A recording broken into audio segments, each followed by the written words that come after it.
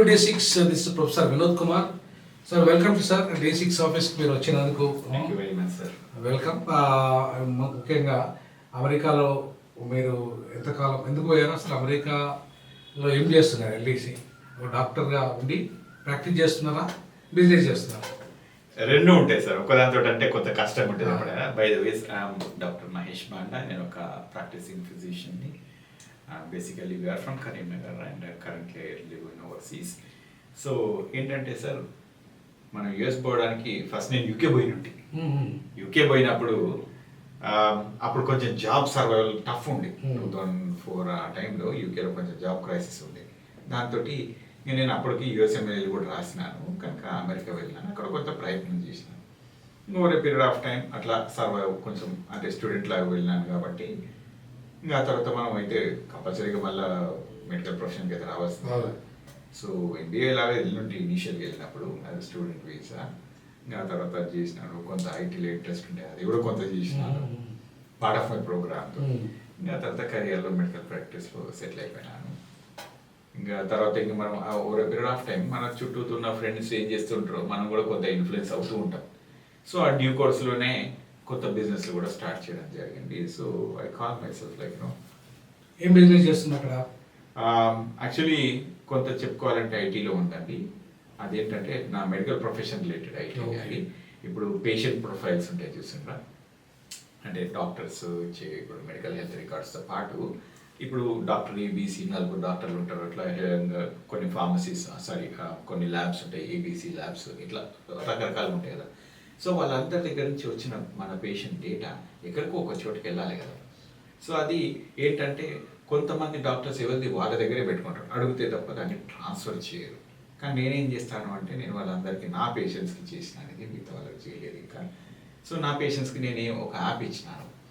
ఆ యాప్ ఇచ్చేసి ఏం చేస్తాను అంటే ఎక్కడి నుంచి అన్నీ తీసుకొచ్చుకోండి ఈ డేటా, దీంట్లో మీరే అప్లోడ్ చేసుకోవచ్చు, లేకుంటే థర్డ్ పార్టీ లాగా హాస్పిటల్ వాళ్ళు కూడా అప్లోడ్ చేసుకోవచ్చు. So you will get all your data according to the date and time and like which section it should go under. Like in the sense ఇప్పుడు ఒక డాక్టర్ రిపోర్టా, లేకుంటే pathology రిపోర్టా, ఏదో ఒకటి blood రిపోర్టా అట్లా ఉంటుంది కదా. సో అవన్నీ కూడా అందులోకి వచ్చేస్తాయి. So that is my app for my patients. Maybe are doing more little larger version very soon. So ఎంతకాలమైంది ఇప్పుడు యూఎస్లో మీరు పోయి? నేను ఇంకా ఒక 2004 నుంచి బయటనే ఉన్నాను professor. Yeah. So near 20 years. Yeah, over 20 years నుంచి ఉన్నాను. యా. సో ఇప్పుడు మీరు ఈ మధ్యకాలంలో మొన్న చూశారనుకుంటా ఆర్టీఐ మీద మీరు రేపు ఏదో ప్రోగ్రామ్ పెడుతున్నట్టుగా సోషల్ మీడియాలో చూశాను. అసలు మీకు ఎందుకు ఆలోచన వచ్చింది? అసలు ఆర్టీఐ ద్వారా ఏం సాధించాలనుకుంటున్నారు? ఇప్పటికే చాలామంది ఎంతోమంది ఆర్టీఐ యాక్టివిస్టులు ఈవెన్ మర్డర్కు గురయ్యారు, రకరకాల ఇబ్బందులకు గురయ్యారు ఆర్టీఐ ద్వారా. ఇప్పటికి కూడా చాలా కేసులు అట్లనే పెండింగ్లో ఉన్నాయి. అయినా సరే మీరు ఆర్టీఐ మీద ఏదో కొంత చేయాలి అనే ఒక తపనతో మీరు యూఎస్లో ఉండి కూడా ఇండియాకి వచ్చి ఇప్పుడు రేపు ఒక యాక్టివిటీ చేయబోతున్నారు కదా. What is the purpose of that? Sir, there is no such big purpose per se. కానీ లైక్ మనం ఇప్పుడు చూస్తూ ఉంటాం మీడియాలో, ఏది పడితే అది ఎట్లా పడితే అట్లా మొత్తం అసలు ఒక ఇన్ఫర్మేషన్ని ఎంత టార్షన్ చేయాలో అంత టార్షన్ చేస్తున్నారు. అసలు దాన్ని ఎంత మ్యానిపులేట్ చేయాలో అంత లెవెల్లో మ్యానిపులేట్ చేస్తున్నారు. ఇంకా అసలు బియాండ్ అవర్ ఇమాజినేషన్ వెళ్తుంది. అయితే ఈ రైట్ టు ఇన్ఫర్మేషన్ అనేది మనకి ఇచ్చిన టూల్. కృత ప్రభుత్వాలు, కృత rulers, we should appreciate them. Yes, certainly. In many parts of the world we have this and it has been much utilized by all the citizens. Etla untundi ante this is our weapon sir on the government. This is our weapon. This is democratic weapon which we can use it against the rulers. You understand? అట్లాంటప్పుడు వాళ్ళు ఇవ్వకపోవచ్చు. ఏది కూడా ఏదో ఉంటుంది చూసిండ్రా, ఇందులో ఒక సమతం మా కిరాయి చెల్పడా ఇంకా పోతూ ఉంటే రోడ్లు వచ్చేసినాయి, బిల్డింగ్లు వచ్చేసినాయి, అన్నీ వచ్చేసినాయి అనేది సామెత ఉంటుంది కదా. సో అదే థాట్ ప్రాసెస్లో ఇప్పటిదాకా చాలా మంది వచ్చిండ్రు, చాలా మంది చేస్తూ ఉన్నారు. వాళ్ళందరూ కూడా ఒక మాట చూసుకోవాలంటే ప్రొఫెసర్ గారు, యాజ్ యూ సెడ్, ఎంతో మంది విజిల్ బ్లోవర్స్, ఆర్టీఐ యాక్టివిస్టులు చనిపోయిండ్రు. మీరు అనేది correct. Every year like on average ఒక 50 మంది వరకు చనిపోతా ఉన్నారు తెలుసా ఆర్టీఐ యాక్టివిస్టులు. అది ఏదో ఒక రూపకంగా చచ్చిపోతా ఉన్నారు. ఇట్లా అట్లా అని చెప్పలేము. ఇప్పుడు one among them Gauri Lankesh, ఆమె కూడా అదే కదా. ఆమె ఇంకా కొంతమంది మొన్న ఈ మధ్య చూసినా కూడా ఒకటి ఛత్తీస్గఢ్ లో సెప్టిక్ ట్యాంక్ లో ఇంకా ఆయన వేసేసి ఒక బాడీ చూసింది కదా, మీరు అవన్నీ చూసి ఉంటారు అందులో మనం న్యూస్ అన్ని కూడా. సో వీళ్ళంతా కూడా యాక్టివిస్టులు. అయితే మనం ఏంటంటే ఒక్క ఇండివిజువలే కనుక చేస్తే ఇది థ్రెట్ సార్.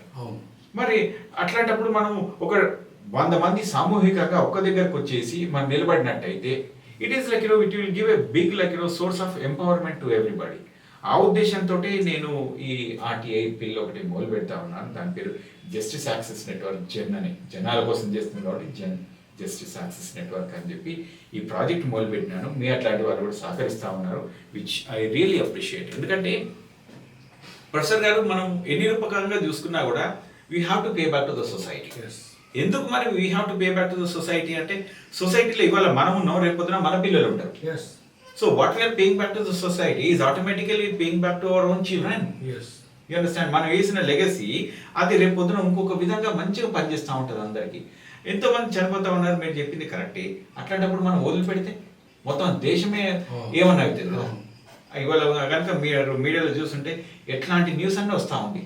దాని మీద కొంతమంది బయాస్డ్గా ఉన్నారు, కొంతమంది ఏమో ఇంకా సపోర్టివ్గా ఉన్నారు రూలర్స్కి. మనం దాన్ని ఎవరు నవ్వుదాం అంటే ఒకటి ఉన్నది, కాదు అంటే ఒకటి ఉంది. అట్లా కాకుండా ఇగో మనకిచ్చిన అస్త్రమే ప్రభుత్వాలు, ప్రభుత్వాలు మనకిచ్చిన అస్త్రం. అట్లాంటి అస్త్రాన్ని మనం ఇట్నే ప్రొజెక్ట్ చేద్దాం, అందరికీ చూపిద్దాం, మనవంతు ప్రయత్నంగా మనం చేద్దాం. So this is what a came forward like all the way like సి సప్త సముద్రాలు దాటి వచ్చినట్టే ఒక ముచ్చట చెప్పాను.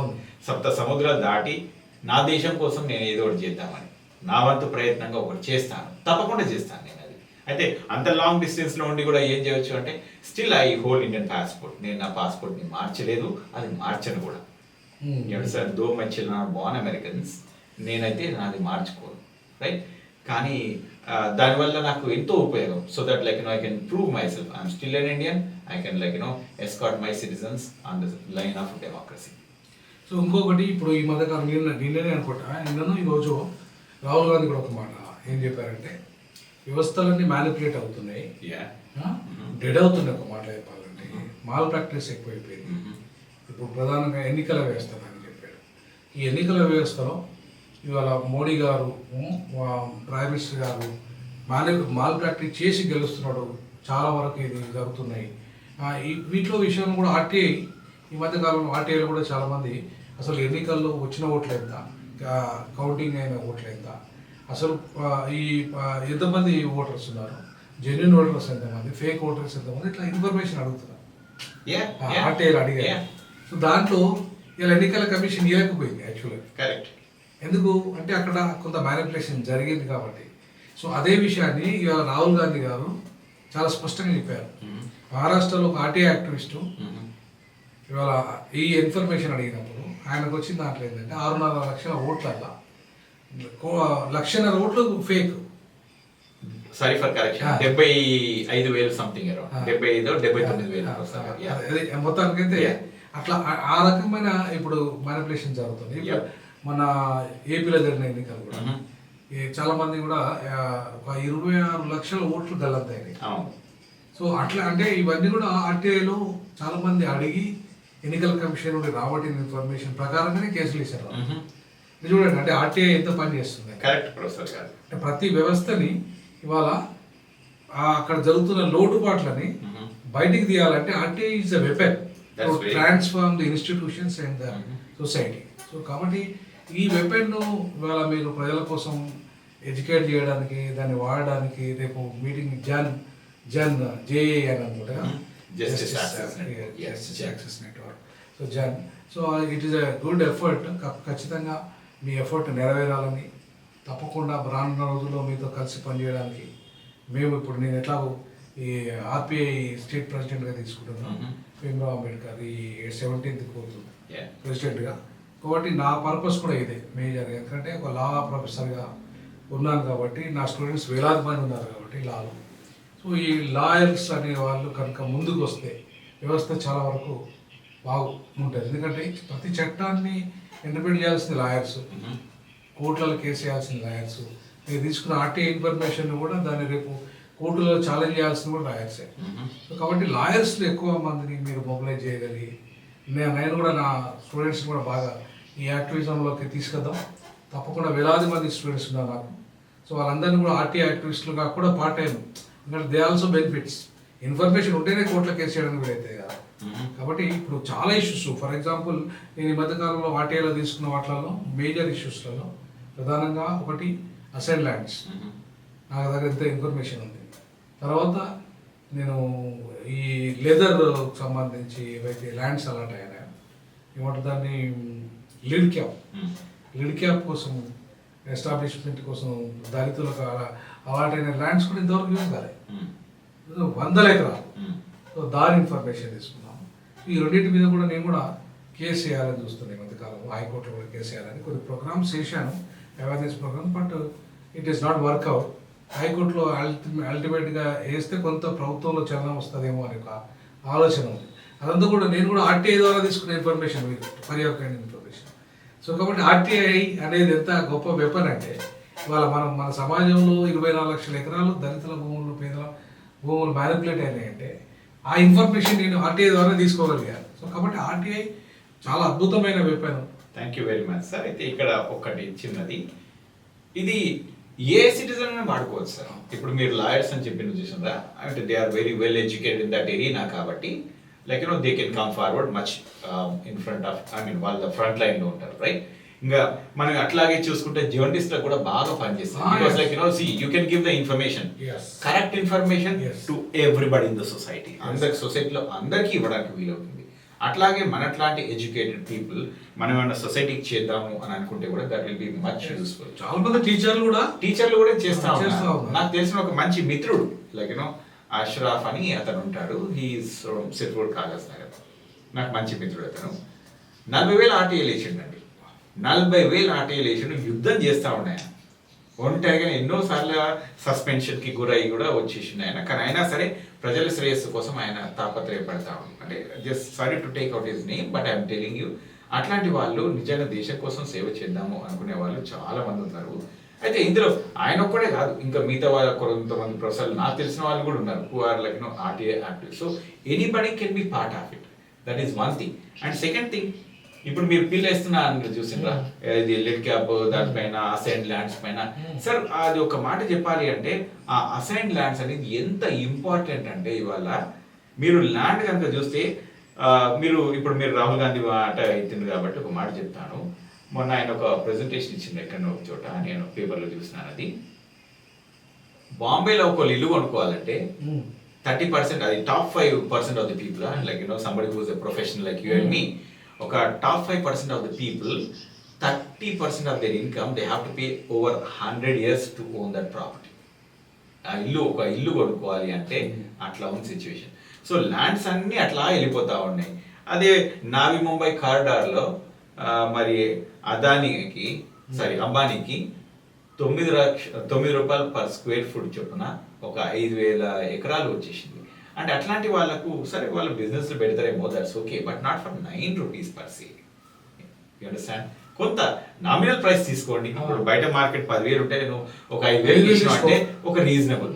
అంతేగాని 9 రూపాయలు అంటే ఎక్కడ వస్తుంది సార్? ఏ జంగల్లో పోతే కూడా రాదు, అమెజాన్ ఫారెస్ట్ పోతే కూడా రాదు, ఇంకా ఏ జంగల్ పోయినా రాదు, మనం థర్డ్ డెజర్ట్ పోతే కూడా ఇవ్వడు. సో ఓయిల భూములు కూడా అట్లేనండి. అదే ఒక్క రూపాయి ఎకరం.